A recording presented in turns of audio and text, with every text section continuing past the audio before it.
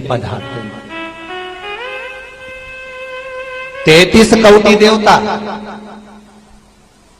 भगवान विष्णु जब शयन से उठते हैं, देवसोनी एकादशी को जब भगवान उठेंगे, नेत्र खोलेंगे, तो प्रथम दर्शन भगवान विष्णु, श्रीमद् भागवत कथा, स्कंद पुराण, पद्म पुराण, अग्नि पुराण, जितने भी पुराण उठाना चाहे सारी पुराणों को उठाकर देखना कि प्रथम वर्णन आपको मिलेगा कार्तिक महत्तम का, कि भगवान नारायण सर्वप्रथम जब नेत्र खोलते हैं अपनी देव सोनी एकादशी से सोकर देव उठनी एकादशी पर जब उठते हैं, तो भगवान नेत्र खोलकर सबसे पहले किसका दर्शन करते हैं?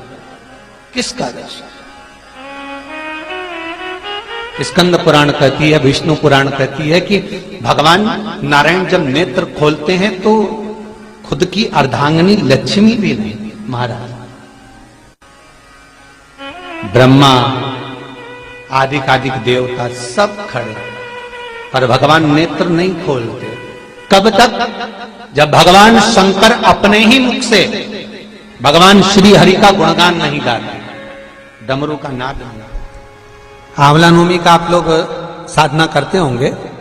जब कार्तिक के महीने में आंवला नवमी का व्रत आता है, तो जो उपास नहीं भी रखते हो, जो पूजन नहीं भी करते हो, उनसे मेरा निवेदन है कि स्कंद पुराण में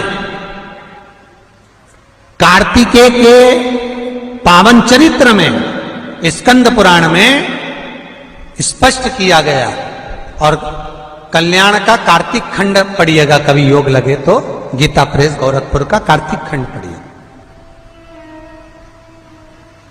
आप पढ़ेंगे तो उसमें मिलेगा आपको कि आंवला नवमी के दिन आंवले के पेड़ के नीचे घी का दिया लगाकर मध्याह्न से पहले, दोपहर के 12 बजे से पहले आंवले के पेड़ के नीचे आंवला नवमी के दिन कार्तिक के महीने में स्कंद पुराण कहती है, जो घी का दिया लगाकर पूजन कर कर अपना पल्लू पसार कर आंवले के वृक्ष की डाली में से उस पे लगी हुई थोड़ी सी छाल को अपनी अंगूठे और चीटी उंगली से अपने पल्लू में गिराकर ले जाकर लाल कपड़े में हल्दी के साथ अपनी तिजोरी में, अलमारी में रख लेता है। उसके घर में कभी बरकत की कमी नहीं होती, उसके घर में कभी संपदा की कमी नहीं होती, उसके घर में धन, वैभव, सत्ता बढ़ती है, बढ़ती है। आंवला नवमी की कथा में एक प्रसंग आता है। आंवला नवमी का पूजन आपको करना आता है, व्रत करने वाली माताएं व्रत करती है, आंवले के पेड़ के नीचे जाकर पूजन करना, भोजन करना, आंवले का वृक्ष की छाया में बैठना, उस दिन किसी को अपशब्द ना कहना, आंवले की पूजन कर कर अपनी झोली को पसार कर चीटी उंगली और अंगूठे से आंवले की छाल को थोड़ा सा पल्लू में गिरा लेना, उस छाल को ले जाकर अपनी बरकत में, अपनी अलमारी में, अपनी तिजोरी में रख देना। यह आंवला नवमी की पूजन का विधान है, संपदा के। एक बहुत अच्छा समय रात्रि के 9:15 का एक समय होता है, जिस व्यक्ति का रोग, बीमारी समाप्त नहीं हो रही हो, हॉस्पिटल में पड़ा हुआ है, कोई बहुत भारी बीमारी में ग्रसित है, छूट ही नहीं पा रहा, तो रात्रि को 9:15 पर किसी भी दिन शंकर भगवान के शिवलिंग का, जो तुम्हारे घर में शंकर जी विराजमान हो उसका, या शंकर जी के मंदिर में जाकर शंकर जी का थोड़ा सा जल, उसमें थोड़ा सा आंवला पड़ा हुआ, मतलब आंवले के पानी से शंकर का अभिषेक पूजन कर लीजिए। उसका नाम लेकर कर लो जो रोग से ग्रसित हो। 1 दिन, 2 दिन, 3 दिन करोगे, वह हॉस्पिटल से छुट्टी करके आ जाएगा, उसका रोग समाप्त हो। आंवले के वृक्ष के नीचे, स्कंद पुराण में भी है, कार्तिक महीने में आंवला नवमी पर आंवले के वृक्ष के नीचे भोजन करने से संपदा बढ़ती है। इसलिए आंवला नवमी पर लोग आंवले के पेड़ की पूजन करने जाते हैं, तो वहां गोट भी करते हैं। बोलो सही है कि गलत है? वहां लोग टिफिन लेके जाते थे, पहले भोजन करते थे आंवला नवमी पर, आंवले के वृक्ष के नीचे भोजन करने पर संपदा बढ़ती। आंवला नवमी का दिन कार्तिक में पड़ती आंवला,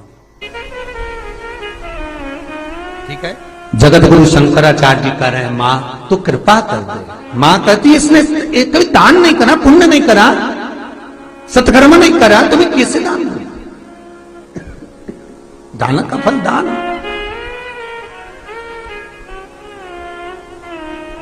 कैसे दूं मैं? मां पूर्व में मान लो उसने जितने जन्म लिए उस जन्म में अगर कोई दान नहीं दिया तो आज आंवला नवमी के दिन आज तो दान दिया है। लक्ष्मी जी बोलती है जो अभी करेगा इसका फल तो बाद में मिलेगा।